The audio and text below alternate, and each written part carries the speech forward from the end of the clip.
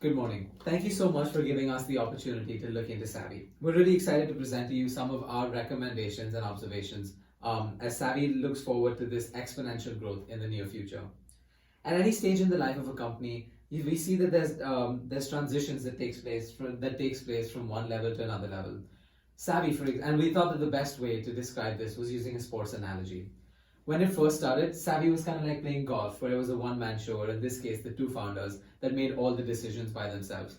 Moving to a game of pickup basketball with a team of 5 people, to a game of professional basketball, where the CEO or the founders or the head coach were the ones who were sitting outside on the sidelines and strategizing along with some other assistant coaches, or in this case, the directors of different different departments within Savi. Finally, moving from a group of 20 people to 40 people for Savi is kind of like moving from basketball to football. In this case, the coach would be sitting outside on the sidelines making important decisions or strategizing important decisions along with a bunch of other executives and specialized people in specialized roles. So with that in mind, today we wanted to focus on two critical processes that we strongly believe are important and that Savi should pay close attention to. The first one is the hiring process, and the second one is the decision-making process. Looking at this organizational revamp from the big picture point of view, our objective for Savi is the one you can see up here on the screen. We think that Savi's core values that were set by the founders at the time of its inception are extremely important to the culture of the organization and should remain as the organization grows. Putting the business model aside, we're confident that working on these two important metrics will help Savi sort out some of the other issues that it's facing as well.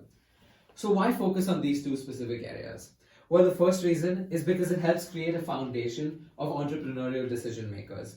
In an organization like Savi, where the structure is relatively flat, bringing people in who can make important decisions and big decisions is extremely important and can help make operations more seamless. With a team of effective decision makers, you'll also have the foundation to build on and encourage collaboration between individuals as well as teams throughout the company. Finally, this will also encourage people input from various levels of the company, irrespective of the hierarchy, which leads to buy-in for employees as well as relieves some of the stress from the higher management.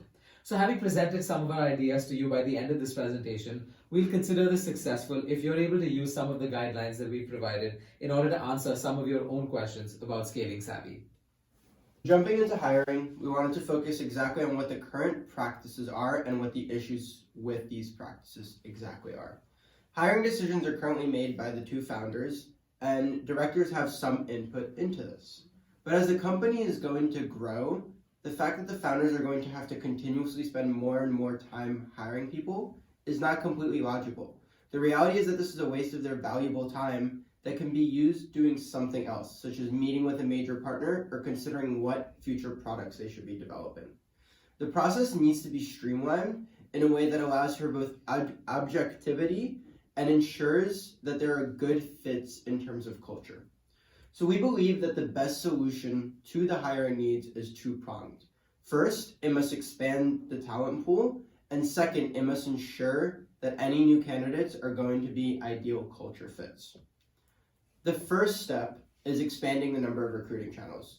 This could involve introducing handshake postings, Glassdoor, and Indeed. The reality is this simple step would massively expand the talent pool and would bring you college students who are more likely to understand the mission of Savi. Speaking of college students, it would be a great idea to move on to campus and be in certain career fairs. This creates the opportunity for Savi to meet candidates specifically at universities and have an ability to talk to students and maybe even exhibit the services that Savi offers, which gives candidates a better opportunity to understand Savi's mission. Finally, by using the very employees that already work for Savi, you could create a talent pool that is legitimized and likely to be great. And one way to do this is through employee referrals. The next step for hiring solutions is to field specific questions that drive a culture that is comparable with Savi's current culture. This means tailoring interview questions that are of policy-driven nature for the company. So for example, you can take the 60-some factors that have an effect on student loans, and you could say, Of all of the factors here, which 3 are the most sensible and the most impactful for policy, and which 3 have an effect because the government says so, and in reality should be a policy change that should exist.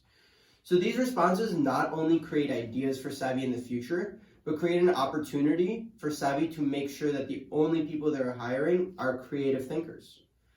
Finally, we suggest hiring managers as a last step as Savi approaches this football team. A hiring manager can provide an effective way and provide effective interview techniques and assessment methods to objectively evaluate candidates given the needs and the culture of the company. As the company grows, it will also become a lot more clear what a hiring manager should be looking for. Also, research has shown that hiring managers have facilitated success of startups during the dot-com bubble. In fact, these dot-com companies that hired HR personnel were the fastest to become public and were the least likely to fail. It also ensures diversity, as hiring managers often have proper training and have an explicit structure needed to make sure that bias does not exist along the hiring process.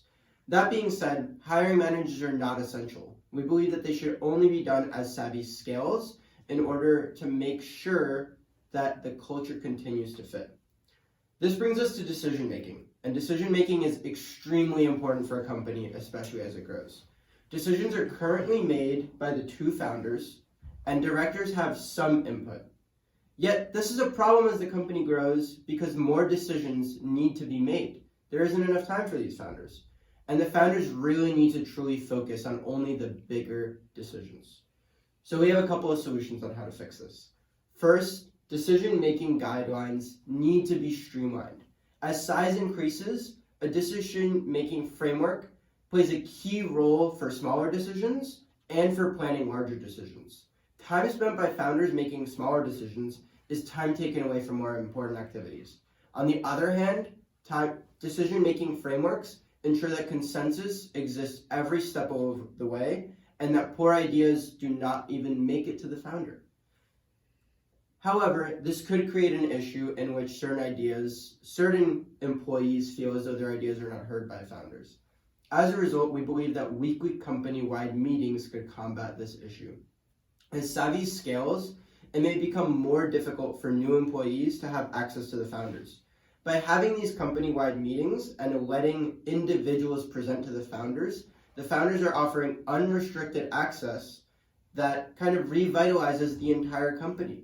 By making these meetings optional, you also make it clear to employees that they can prioritize what they feel is more important, while still fostering the collaborative culture and entrepreneurial spirit that is extremely important to Savi. Finally, we think that founder-led town halls are of the essence to make sure that Savi continues to run and build on their business model. Provided every quarter to explain the trajectory of the company, it would give the opportunity for new hires to understand what's going on with the company, and as the company scales, it would also make sure that progress is being made. It also ensures that any hires have the ability to have creative flows that are narrowed to the topic at hand, but are not constricted by specific constraints. And that brings us to companies that have actually implemented these frameworks. Let's take a look at a company like Quartet, which is a healthcare company who has a very similar culture to Savi. The reality is that they have had very similar weekly meetings in which employees are able to voice their grievances with the founders, and this has improved their ability to streamline their operations in a way that they remain efficient. Zapari is a particularly interesting example because they have this culture committee in which they ensure that as they grow, their culture remains consistent. Finally, we have Exec, which is led by Derek Brown, someone we interviewed. Exec can be thought as an Instagram for budgeting. Derek held quarterly town halls in which he provided visions for the company 1, 3, 6, and 12 months out.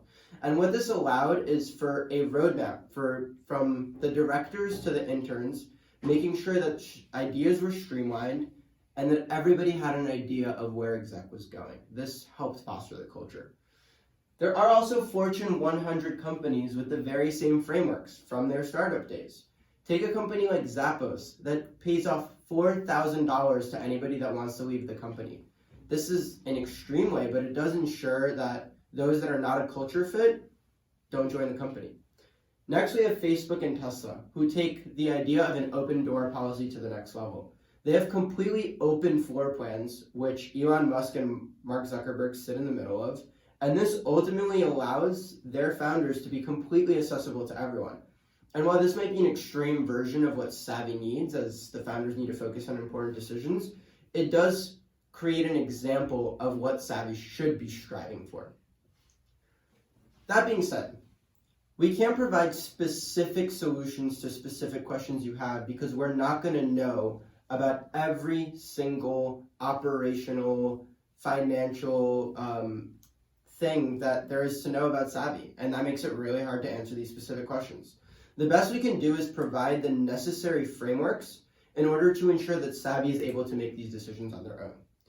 But if you are interested in what we have to say about co-shared spaces versus permanent spaces, we don't actually think it makes a difference. What's imperative is that there is not a difference in floors. Because if you have to separate your employees by a floor, you might as well be in completely two different locations. Thank you, and we look forward to your questions.